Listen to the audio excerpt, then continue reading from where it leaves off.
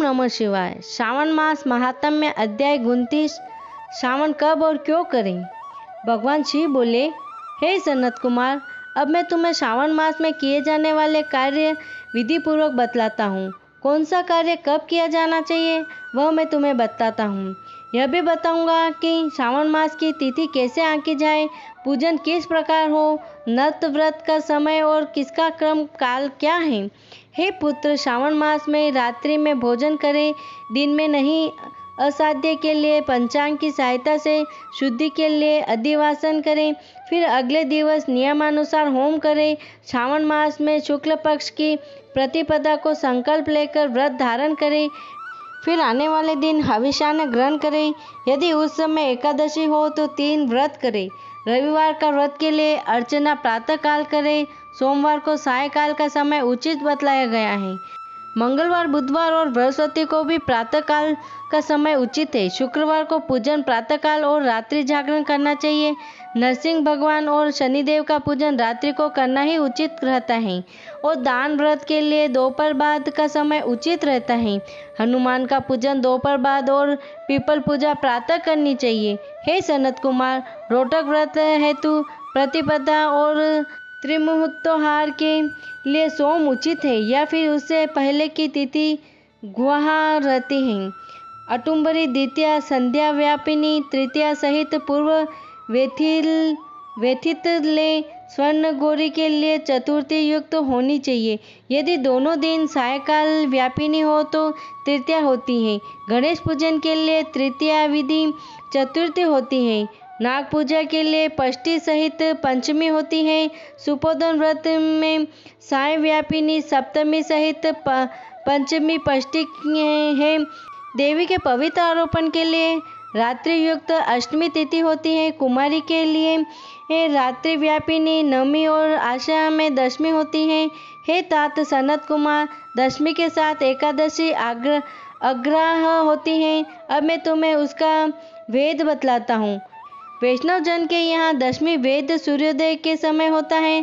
स्मतों के यहाँ भी उसी काल में दशमी वेद होता है। उसी ढंग से द्वादशी पवित्र रोपण के लिए है।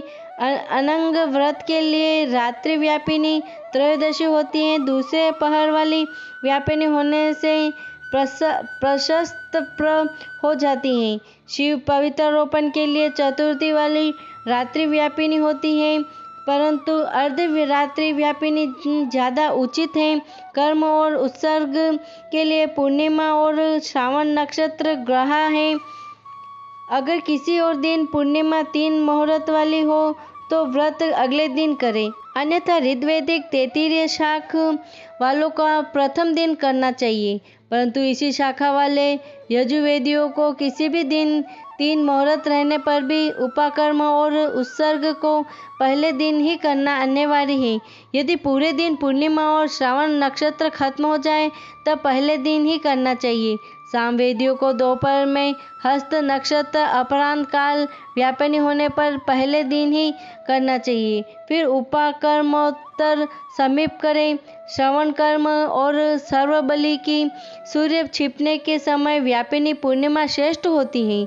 हैग्री उत्सव में पूर्णिमा श्रेष्ठ होती है। चंद्रोदय व्यापिनी दिन हो या न हो तो प्रथम दिवस ही करना चाहिए। इसका कारण यह है कि तृतीया को ही चतुर्थी आ जाने से वह महापुण्य फलदायक हो जाती है। प्रभु बोले, हे वत्स सनत कुमार, व्रती को प्रथम दिवस गणपति की प्रसन्नार्थ चतुर्थी का व्रत अत्यंत ही आवश्यक है। 3 देव गणेश, गौरी और बहुला को छोड़कर अन्य देवों का पूजन पंचमी को करना चाहिए। नंद कुमार, कृष्ण पूजना के लिए अर्धरात्रि व्यापिनी अष्टमी तिथि उत्तम मानी गई है। नियमानुसार 6 तिथियां उत्तम मानी गई है। दोनों दिन पूर्ण व्याप्ति अथवा केवल अव्याप्ति अथवा दोनों दिन अंश में समव्याप्ति, किसी और दिन अव्याप्ति, इन 6 पक्षों में से 3 तो संदेहितहीन होती हैं। शिव बोले, हे वत्स, विषय व्याप्ति में अंश व्याप्ति के अनुपात में व्याप्ति अधिक उत्तम मानी गई है। एक दिन जो पूर्ण तिथि कही गई है वह अन्य दिन अपूर्ण होती है। इसी प्रकार एक दिन अव्याप्ति अन्य दिन अंश व्याप्ति सम हो तो संदेह हो जाता है। तब वहाँ पर भेद वाक्य निर्णय करना चाहिए। युग वाक्यों द्वारा किसी किसी स्थान पर वार नक्षत्र योग बल द्वारा, कभी प्रधान योग द्वारा, कहीं प्राण योग द्वारा जन्माष्टमी व्रत से संदेह होने पर भी पारण सुबह ही करना चाहिए। पिठोर व्रत में मध्याह्न व्यापिनी अमावस शुभ है और वृषभाचरण में सायकालीन व्यापिनी अमावस्या ठीक है। ध्रुवों संचय में संध्या समय उचित है। सूर्य की कर्क संक्रांति में 30 घड़ी पहले का समय उत्तम रहता है।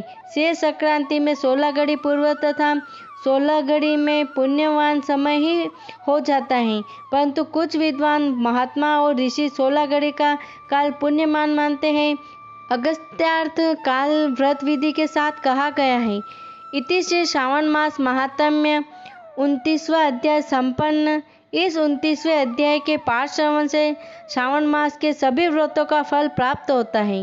ओम नमः शिवाय, ओम नमः शिवाय, ओम नमः